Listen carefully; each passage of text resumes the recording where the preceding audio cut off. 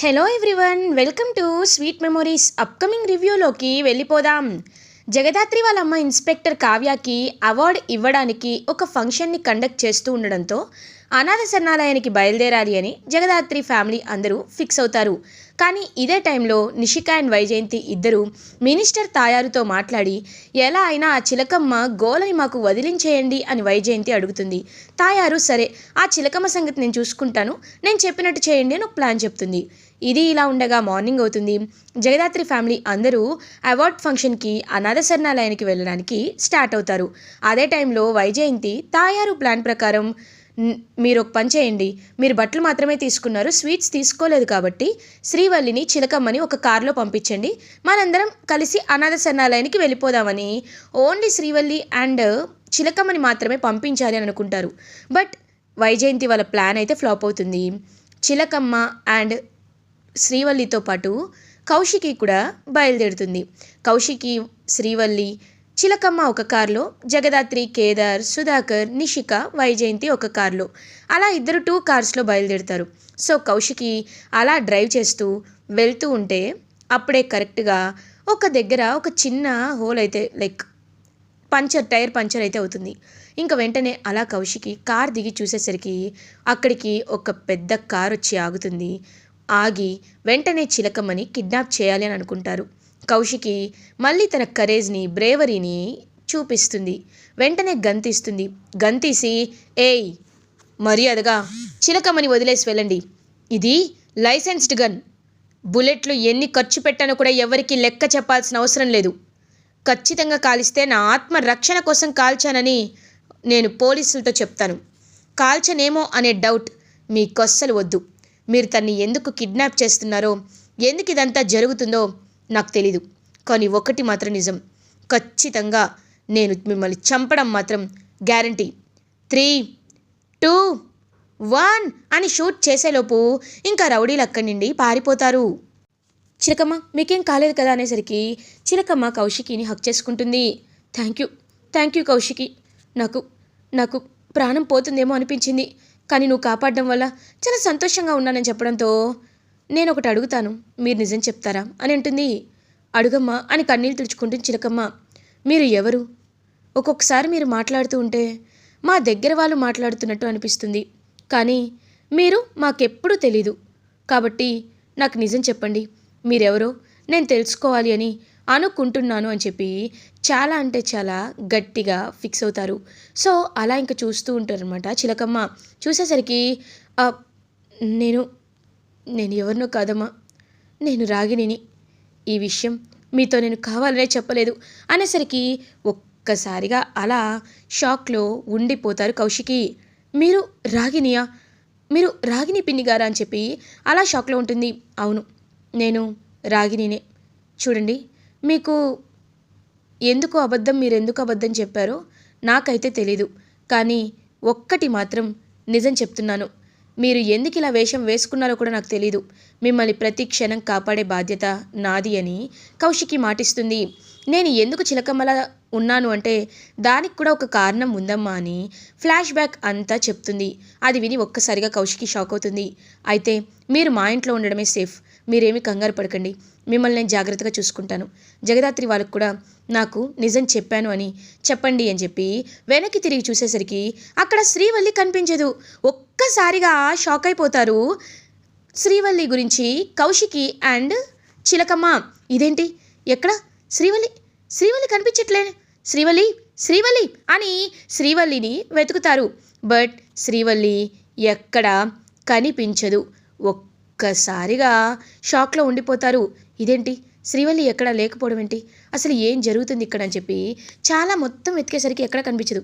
శ్రీవల్లిని ఈ మీనన్ మనుషులు ఒక అమ్మాయి కోసం, అంటే ఎవరైనా దొరుకుతారేమో అని వెతుకుతూ ఉంటారు కదా, సో ఆ మీనన్ మనుషులైతే శ్రీవల్లిని కిడ్నాప్ చేసుకొని వెళ్ళిపోతారు. రేయ్ ఎవర్రా మీరు, నన్ను వదిలిపెట్టండి రా అని అంటుంది శ్రీవల్లి. ఏయ్ సైలెంట్గా ఉండు, లేకపోతే చంపేస్తా అని చెప్పి ఇంకా అలా తన్ని మీనన్ డెన్లోకి తీసుకువెళ్తారు.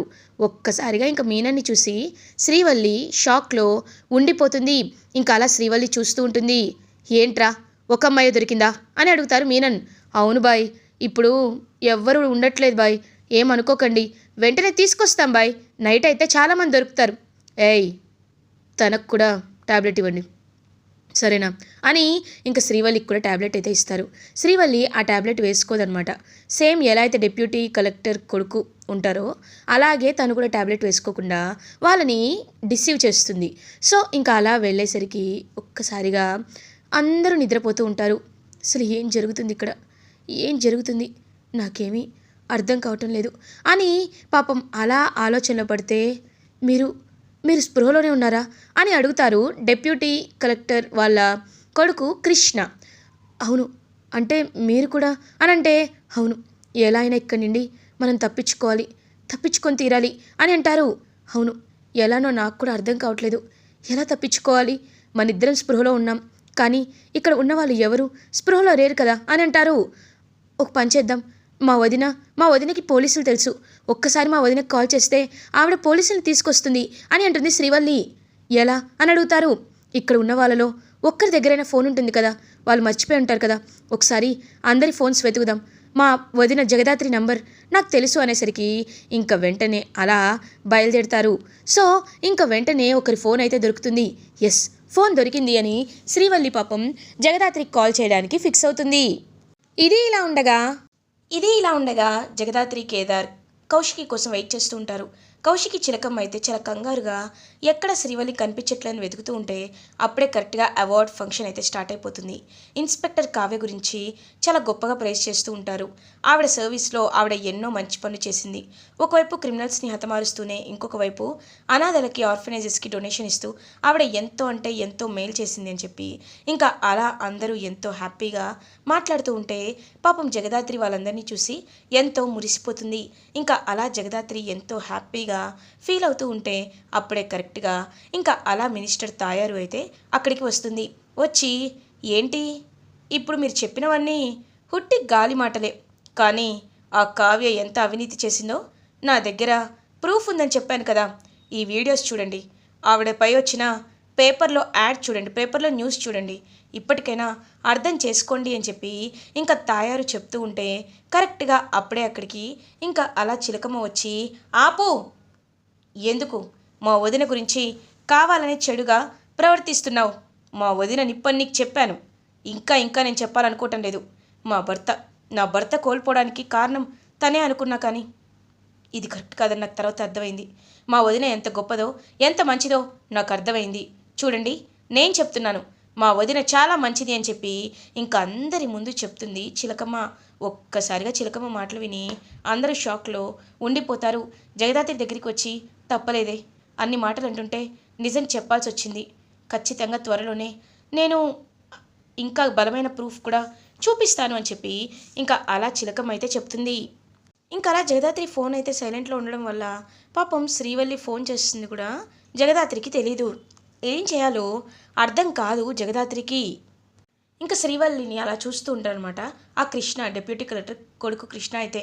ఇప్పుడు ఏం చేద్దాం, మనం మాత్రమే కాదు వీళ్ళందరూ బయటపడదాం, పని చేద్దాం, మనం కిటికీలోండి కిందకు దూకేసి పారిపోదాం అని అంటారు. లేదు, అలా చేయకూడదండి, మనమే కాదు మన చుట్టుపక్కల ఉన్న వాళ్ళందరూ కూడా సంతోషంగా ఉండాలి, వాళ్ళు ప్రాణాలతో ఉండాలి, అదే కదా ఎప్పుడు మనిషిగా కోరుకునేది అనేసరికి ఇంకా కృష్ణ అలా చూస్తూ ఉంటాడు శ్రీవల్లి వైపు. సరే వీళ్ళందరినీ కాపాడదాం, కానీ ఎలా అని ఆలోచిస్తూ ఉంటే అప్పుడు జగదాత్రి ఇంకా ఫంక్షన్ అంతా అయిపోయి వాళ్ళ మమ్మీకి అవార్డు వచ్చిన తర్వాత అప్పుడు కాల్ చూసేసరికి అన్నోన్ నెంబర్ నుండి కాల్ వచ్చిందని చెప్పి కాల్ లిఫ్ట్ చేస్తుంది. హలో వదిన, నేను శ్రీవల్లిని, మమ్మల్ని ఇక్కడ ఎవరో కిడ్నాప్ చేశారు వదిన అనేసరికి ఒక్కసారిగా జగదాత్రి షాక్ అయిపోతుంది. కౌశికి కూడా అప్పుడే వచ్చి, జగదాత్రి నీకు ఈ విషయం చెప్పాలి అనుకున్నాను కానీ అనేలోపు వదిన శ్రీవల్లినే కాల్ చేసింది. శ్రీవల్లి ఇప్పుడు నువ్వు ఎక్కడున్నావు అని అడుగుతారు. ఏమో తెలియట్లేదు అక్క, ఎక్కడున్నానో అర్థం కావట్లేదు అని శ్రీవల్లి అంటుంది. శ్రీవల్లి నువ్వేమి కంగారు పడద్దు, చుట్టూ ఏదైనా పెద్ద గోడ బిల్డింగ్ లాంటిది ఉందా, నీ చుట్టుపక్కల నీతో పాటు ఇంకా 25 years లోపు ఏజ్ బ్యాండ్లో ఉన్న అబ్బాయిలు అమ్మాయిలు ఉన్నారా చెప్పు అని అడుగుతుంది జగదాత్రి. అవును వదిన, ఇక్కడ చాలామంది ఉన్నారు, నేను కృష్ణ అనే అబ్బాయి మాత్రమే స్పృహలో ఉన్నాం అనేసరికి అప్పుడు జగదాత్రికి ఐడియా వస్తుంది. ఓకే నాకు అర్థమైంది, అయితే వెంటనే నేను వస్తానని చెప్పి ఇంకా అలా జగదాత్రి అయితే బయలుదేరుతుందనమాట.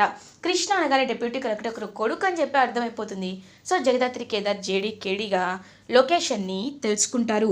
లొకేషన్ని తెలుసుకొని ఇంకా అలా మీనన్ ఎక్కడైతే వాళ్ళందరినీ దాచి పెట్టాడో అక్కడికి వెళ్ళి ఇంకా వాళ్ళపై ఫుల్గా అటాక్ చేస్తారు జేడీ అండ్ కేడీ. అటాక్ చేసి అలా ఇంకా మీనన్ని ఎలా అయినా హ్యాండ్ ఓవర్ చేసుకోవాలనుకుంటారు. కానీ మీనన్, ఏంటి అందరినీ కాపాడేద్దాం అనుకుంటున్నావా? కానీ నేను దాచింది ఇక్కడ కాదు కదా, ఒక ఫామ్ హౌస్లో కదా. ఆ ఫామ్ హౌస్ ఎక్కడుందో నీకు తెలియదు కదా అని క్రూయల్గా నవ్వుతూ ఉంటాడు మీనన్.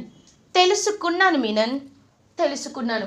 ఆల్రెడీ తెలుసుకొని వాళ్ళని కాపాడిన తర్వాతే ఇక్కడికి వచ్చాను. ఏంటి షాక్ అయ్యావా? మాకు ఆల్రెడీ నువ్వు చేసిన తప్పేంటంటే ర్యాండమ్గా కిడ్నాప్ చేసిన వాళ్ళలో మాకు తెలిసిన అమ్మాయి ఒక అమ్మాయి ఉండడం, తనే మాకు హెల్ప్ చేసింది. సో ఇప్పుడు నీ కథ ఫినిష్ అయిపోయింది మీనన్. ఇప్పుడు వాళ్ళందరినీ కాపాడిన తర్వాతే నీ దగ్గరికి వచ్చాను అని చెప్పి జేడీ చెప్పడంతో ఒక్కసారిగా మీనన్ అలా షాక్లో ఉండిపోతాడు. ఇంకా జేడీ కేడీ అయితే అలా అందరినీ కాపాడతాడు. కాపాడి ఇంకా హ్యాపీగా వాళ్ళందరినీ ఇంటికి పంపిస్తూ ఉంటే ఆ యూత్ అందరూ వచ్చి పాపం హ్యాపీగా హక్ చేసుకుంటారు జేడీ అండ్ కేడీని. నిజంగా మేడం, మీరు లేకపోతే మేమేమైపోయే వాళ్ళమో అని మాకు చాలా అంటే చాలా, మీరు రావడం వల్ల మాకు ఎంతో ధైర్యం వచ్చింది. Thank you so much madam అని చెప్పి ఇంకా అలా జేడీని అందరూ థ్యాంక్స్ గివింగ్ గ్రాటిట్యూడ్ ఇస్తూ ఉంటే ఇంకా శ్రీవల్లి కూడా హ్యాపీగా చూస్తూ ఉంటుంది. జేడీ కేడీ వైపు థ్యాంక్ యూ మేడం అని చెప్పి తను కూడా చెప్తుంది. అలా ఇంకా జేడీ కేడీ ఆపరేషన్ అయితే సక్సెస్ అవుతుంది. ఇంకా అలా శ్రీవల్లినైతే దూరం నుండి చూస్తూ ఉంటాడు డెప్యూటీ కలెక్టర్ కొడుకు కృష్ణ. డెప్యూటీ కలెక్టర్ వెంటనే కృష్ణ దగ్గరికి వచ్చి, రే నీకేం కాలేదు కదా అని అంటారు. లేదు daddy, daddy I'm so sorry daddy, so sorry. నేను చాలా పెద్ద తప్పు చేశాను. చిన్నప్పటి నుండి మీరు నాకు ఎంతో వాల్యూస్ నేర్పించారు, కానీ నేనే తప్పుదారిలో వెళ్ళాలి అనుకున్నాను. ఇప్పుడు నేను అలా వెళ్ళాలనుకుంటే నాకెంత పెద్ద శిక్ష పడిందో నాకు అర్థమైంది. ఇప్పటి నుండి నేను చెడు దారిలో అస్సలు వెళ్ళను డాడీ, వెళ్ళను అని ఇంకా వాళ్ళ డాడీని హక్ చేసుకొని చెప్తారు. సో ఆ డీసీ కూడా చాలా హ్యాపీగా ఫీల్ అవుతారు. డాడ్, నాకు ఒక అమ్మాయి నచ్చింది అని అంటారు. ఎవరా అమ్మాయి అని అంటారు. అదిగో అని శ్రీవల్లి వైపు చూపిస్తారు. శ్రీవల్లి జేడీకేడితో మాట్లాడుతూ ఉంటే అలా చూస్తూ ఉంటాడనమాట కృష్ణ. డాడీ, నువ్వేమైనా అనుకో, నేను ఆ అమ్మాయిని పెళ్లి చేసుకోవాలి అనుకుంటున్నాను. తనెందుకో బాగా నచ్చింది. తన గురించి మాత్రమే కాదు, అందరి గురించి తను ఆలోచించే విధానం, అందరినీ కాపాడాలి అనే ఒక తాపత్రయం, ఇదంతా చూస్తుంటే నాకు ఎందుకో తనంటే చాలా నచ్చింది. కాబట్టి నేను తన్ని పెళ్లి చేసుకోవాలనుకుంటున్నాను. మనం సాంప్రదాయబద్ధంగానే తన దగ్గరికి వెళ్ళి అడుగుదాం అని చెప్పి పాపం చెప్తాడు ఆ డెప్యూటీ కలెక్టర్ కొడుకు కృష్ణ. అయితే ఇంకా వాళ్ళ ఫాదర్ ఏమో, రే నువ్వు ఇలా మాట్లాడుతుంటే నాకు చాలా సంతోషంగా ఉంది. ఒకప్పుడు నేను గారాబం చేశాను అని అనుకున్నాను, కానీ ఇప్పుడు నీ మాటలు వింటుంటే నాకు చాలా సంతోషంగా ఉంది.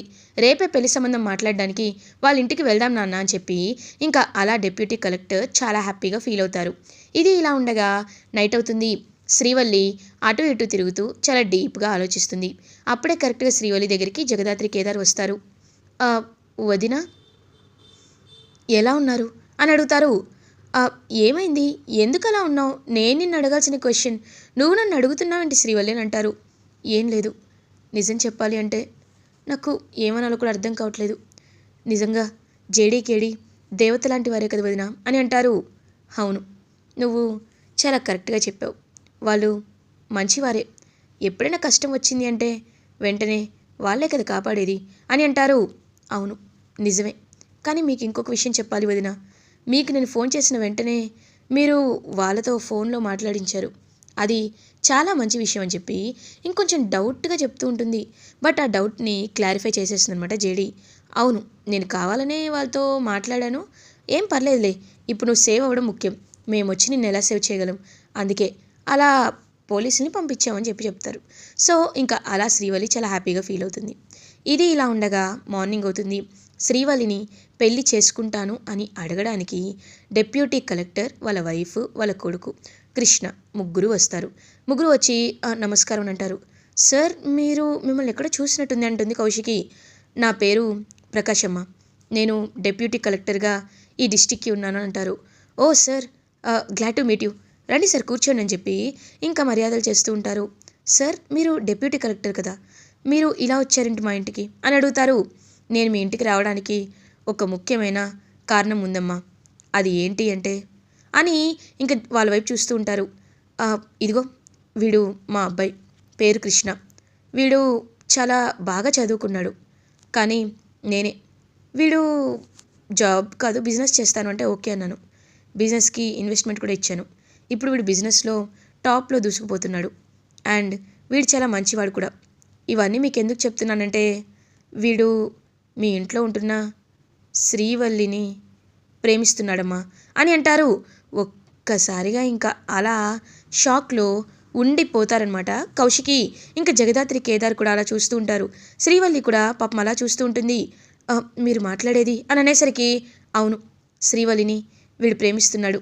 మీరు ఓకే అంటే శ్రీవల్లిని పెళ్లి చేసుకోవాలని కూడా అనుకుంటున్నారు. శ్రీవల్లితో పెళ్లి జరిగితే వీళ్ళు సంతోషంగా ఉంటారమ్మా అని అనేసరికి, డాడ్ 1 మినిట్, శ్రీవల్లి వీళ్ళందరి గురించి నాకు తెలీదు. బట్ నిన్ను చూడగానే ఎందుకో నాకు చాలా నచ్చావు. నేను మనస్ఫూర్తిగా ప్రేమిస్తున్నాను. మనస్ఫూర్తిగా పెళ్ళి చేసుకోవాలి అని కూడా అనుకుంటున్నాను. మనిద్దరం పెళ్లి చేసుకుందాం అని అడుగుతారు. పాపం శ్రీవల్లి అలా చూస్తూ ఉంటే ఇంకా ఈ నిషిక అండ్ వైజయంతి మాత్రం చాలా జెలస్గా ఫీల్ అవుతారు. జెలస్గా ఫీల్ అయ్యి, ఏంటి ఈ అమ్మికి ఇంత మంచి సంబంధం వచ్చిండదా, నాకు ఇది తట్టుకోలేకపోతున్నాను. ఇప్పుడు నేను ఏం చేయాలని చెప్పి చాలా అంటే చాలా ఘోరంగా ఆలోచిస్తూ ఉంటుంది. అలా శ్రీవల్లి, నీ మనసులో ఉన్నది ధైర్యంగా చెప్పు, నీకు ఇష్టమో లేదో చెప్పు అని అనేసరికి ఇంకా అలా శ్రీవల్లి పాపం నవ్వి అక్కడి వెళ్ళిపోతుంది. ఎస్, శ్రీవల్లికి ఇష్టమే, అయితే త్వరలోనే ముహూర్తాలు పెట్టుకుందాం అని చెప్పి హ్యాపీగా చెప్తారు.